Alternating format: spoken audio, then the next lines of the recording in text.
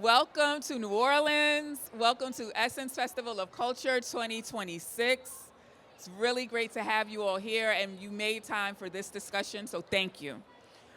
We'll just jump right in. Dr. Erica, tell us a little bit about yourself and how you made the transition from teacher to, a seven-figure woman, career woman. Yes. So my background is in education, obviously. So I started my career as a high school math teacher. I don't know if I have any other math teachers in the building, math educators. Okay, we're all math people. We're all math people.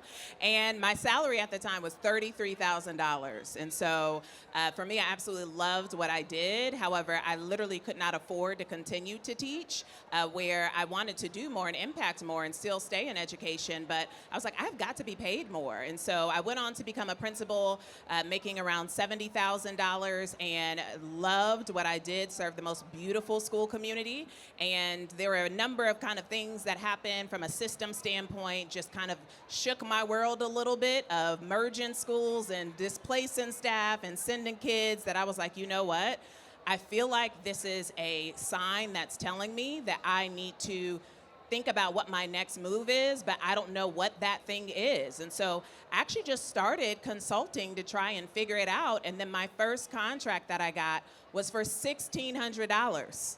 And at that time, as a principal, $1,600 would take me 2 weeks to make, and I was being paid that for 1 day of professional development. So I was like, oh, so if I could do this for a day, I could probably do this in half a day. And if I could do $1,600 in half a day, I could probably do it in an hour. And so literally that was my origin story of being able to bet on myself while being in a season of uncertainty and disruption. And that was literally how I started my business. Awesome. Wow. What specific classroom skill did you take from being a teacher into your consulting business? Yes, so I love this question because I will name for you that one of my pet peeves is when educators say, I do not know business. That is one of my pet peeves because I don't believe that you can stand in front of kids leading a classroom, leading a school, or leading a district and not understand the mechanics of a business. So I often say that my very first business was not, my very first seven-figure business was not the one I currently have. It was actually a school. So when I was a principal, I had a staff of 115. I had 5 secretaries. I led a middle school of over 1,000 kids. My budget was over 7 figures. And so to say that I don't know business, when the reality was I had a staff newsletter that I sent every single week. I had a parent newsletter that I sent every week. That's marketing, right? Anytime they say, well, you need to get buy-in from your staff, right? If you're rolling out new curriculum or if you're making any type of decision, buy-in, that's another word for sales, right? Where you are persuading someone to make a decision that's in their best interest, right? So for me, I think that's one of the things that I think it's really, really important. And what I talk about in the book of Seven Figure Educator is that as educators, we are actually designed to run seven-figure businesses. And for many of us, we are already doing that. We're just doing it for someone else. Okay.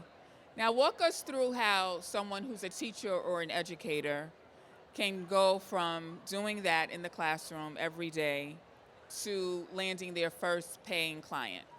Okay, so I love this question. So first off, raise your hand if you're an educator, whether currently or, oh, look at her. Okay. I love this. You're my people. You are my people. So first off, I want you to envision, because I feel like, I'm not going to make no assumptions, but I feel like I'm willing to, take a healthy bet here, that you probably have an experience where you were sitting in some type of training or professional development and it was whack, and you were like, I could do this so much better. Am I wrong or am I right? Okay, I'm seeing the head nods. Okay, so I named that because that's an example of consulting, right? That's a potential service that you could have in your business. So the first thing that you need to do is you need to get clear on what's the problem that you want to solve in your business. And part of what's tricky about that for us as educators, and I talk about this in the book, I call it 99 problems but pick one, is because we are forced to wear so many hats that we solve so many problems during the day. In your business, you have to solve one problem. So it's going to take a little bit of experimenting, right? Don't let that get you hung up and like not do anything. Experiment, but identify what's the problem you want to solve. Do you want to solve literacy for students in grades pre-K through 5 and you want to work with first-year teachers? Do you want to provide leadership coaching to first-year principals who are leading secondary schools? So once you have your problem, then it's a matter of identifying your service. And once you identify your service, I talk about this in the book, 8 service models. So the chapter of Set Your Service, I literally will walk you through the potential different 8 services you could offer in your business. Then I need you to find 50 people who would be an ideal fit for your service. And the next step is reaching out and as confident as you can be, and even if you got to borrow someone else's confidence, of being able to share with them, hey, this is what I do. I believe I can help you. And I would love to schedule a 30-minute conversation with you this week to learn more about your school, your organization, and how I might be able to support. So we walk through that roadmap in the book. Ooh, that's a reason to buy it alone. I'm not a teacher, and I want to know. Listen, and I was really, really, adamant about this with my publisher. This is a business book. So, and it happens to be written by someone who was a teacher and a principal. So when you read it, baby, the lesson plan tight, okay? So we got I do, we do, you do, where there's a really, really clear focus of it being practical, of you being able to build your business as you are reading the book. And so that's why I'm really, really excited for this book to be out in the world, because it is truly a blueprint that you can read and build and run with to be able to make money in your business. Okay. What did the 7-figure educator teach you about your own story that surprised you that you didn't realize before you started writing it? So what did 7-figure educator teach me about my own story that surprised me as I was writing? So I will name that one of the things that I knew, but then I saw the pattern as I was writing the book, was this idea that disruption always precedes transformation. And what I mean by that is doing something new, it's hard, right? Like doing any type of change, and for, my education nerds, leadership nerds in the room who understand change management, right? Like creating change is really, really hard. And the first step of creating change is you have to create a sense of urgency. Because to do something different that is uncomfortable, like your current reality actually has to feel more uncomfortable than the unknown.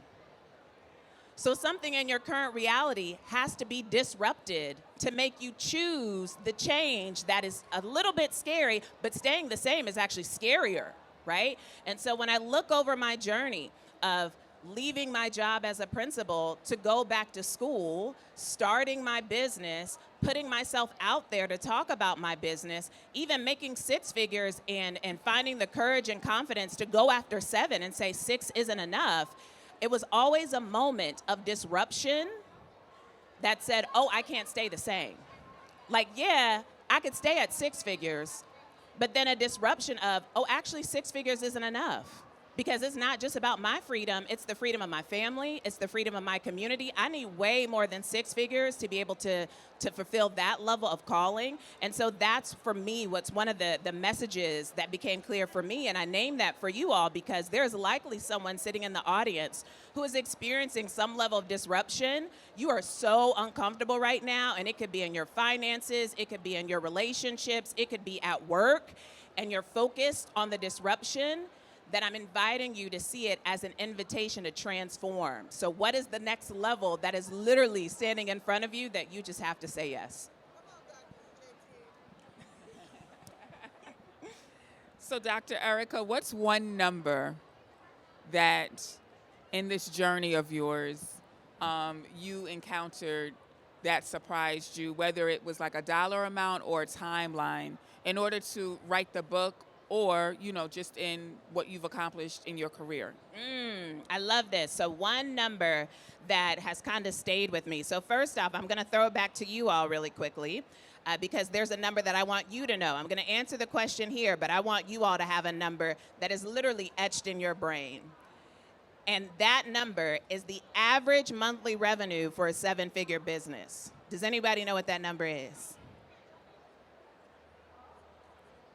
And listen, if you got a calculator, you can find it out. Just take 1 million divided by 12, but $83,333.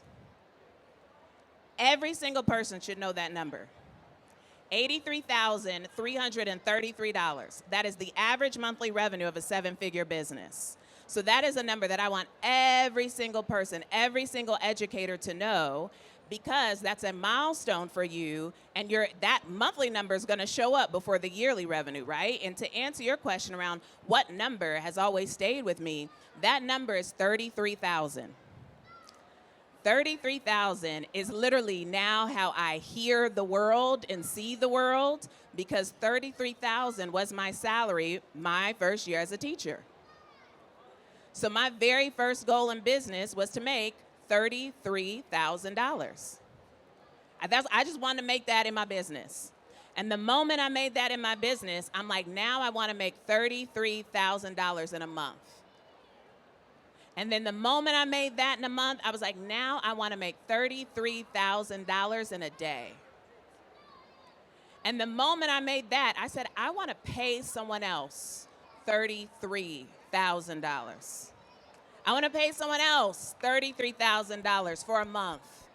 I want to pay someone else $33,000 for a day. So for me, that number that was once the speed of money for a year of what I was receiving, now that is the speed of money in which I pay other people. And so that number for me continues to come up over my journey, and I always name to say that, is that the speed of money can always move faster. Because what I used to make, I now pay other people. So I always name that, money can always move faster. That's powerful, yes. Is there something that the teachers that are here with us, or everyone, regardless of profession, can do this week? Like, we leave New Orleans, we go home to our various cities, our various homes, we're high off the festival, but what is something that we can do this week or next week to set us up for starting our own business? Yes. So 2 things that you can do this week to set you up to start your own business. First, get the book. So if you don't have the book is right over here in the bookstore, 7-Figure Educator. Come on, I see the book in the back, and I'm going to stay around. I want to sign every single copy, so I will be around to sign copies. Absolutely. Oh, we got another one. Yes, I love it. The second thing that you can do, and it actually just happens to work out, I don't believe in coincidences, because my pastor says that miracles are happening every single day. We just call them a coincidence. So if you take this as a miracle, I receive it as well. But actually, in a week, I'm hosting my 5-day 7-figure business school. So I am teaching for 5 days straight the foundations of a 7-figure business. I will teach you the psychology of a millionaire, how millionaires think, so that way you can think like them today. Because your 7 figures don't show up and you start thinking like a millionaire, your 7 figures come as a result of thinking like a millionaire today. I'll teach you how to define your $1 million problem so you know what to focus on in your business. I'll teach you how to package your profitable offers so you know what you'll be pitching and selling. I'll teach you my $1 million sales process so that way you know how to find someone to pitch, what to say, and how to move them through your sales process. And then I'll teach you how to mind your $1 million network, because your first 6 figures are people you already know. Which is why you don't need a website, you don't need a logo, you just need to go find them folks and tell them, hey, this is my business, this is what I do, and I would love to support you. And because they already know you, they trust you, they're like, girl, drop the link. So that business school is kicking off July 13th. If you just go to 7figurededbusinessschool.com, it's completely free, register and sign up, and me and my team would love to have you. Awesome. Everyone get that? We all okay? If you didn't, DM me on Instagram. Just DM me the word school. Just search me, Erica Jordan Thomas, and DM me the word school, and I'll get you the link. Is there anything about this particular topic or your book that we haven't touched on, Dr. Erica, that you want to add? And before you answer that, because there's so many teachers here, I was really shocked that so many teachers came to this particular yes, because I feel like great teachers are worth their weight in gold. I love my former teachers that really poured into me and my son. So thank you for the work that you do. I mean that. I don't know why this mic isn't working. Anyway, I'm going to try to project more. But please, anything that you haven't touched on that you'd like to share, please add it now. Yes. So one of the questions I think that often comes up for educators, it's hard to be in the system and not be of the system, right? And we in this country, educators are so drastically undervalued as a result of how we're paid, right? So it's hard to be in the system and not believe that you can run a seven-figure business, right? It's hard to not internalize this belief that, oh, I should be able to go out and ask for certain contracts, six-figure contracts.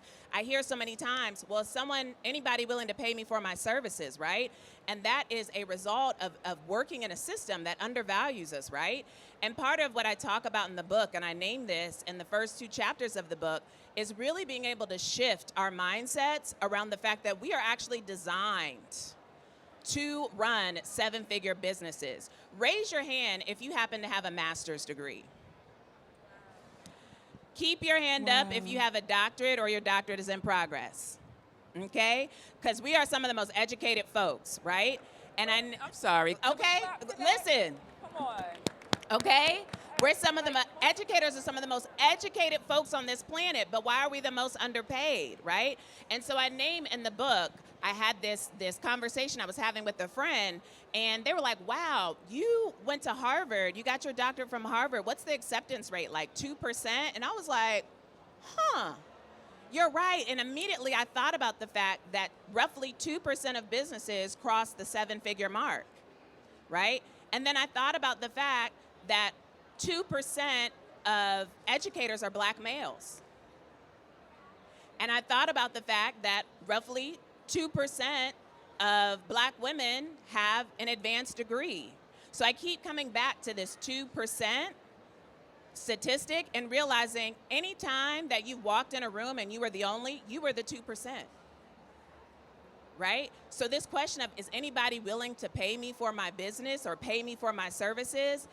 If you are showing up every single day, working for kids, and you do things in your sleep like helping them read 2 or 3 years within a year's time, you are rated blue on your state's end of course test, getting 4s and 5s, you do things that are not normal, and you literally have the DNA to run a seven-figure business. So those are the words that I leave you with, is for you to never, ever, ever, ever forget that you are the 2%.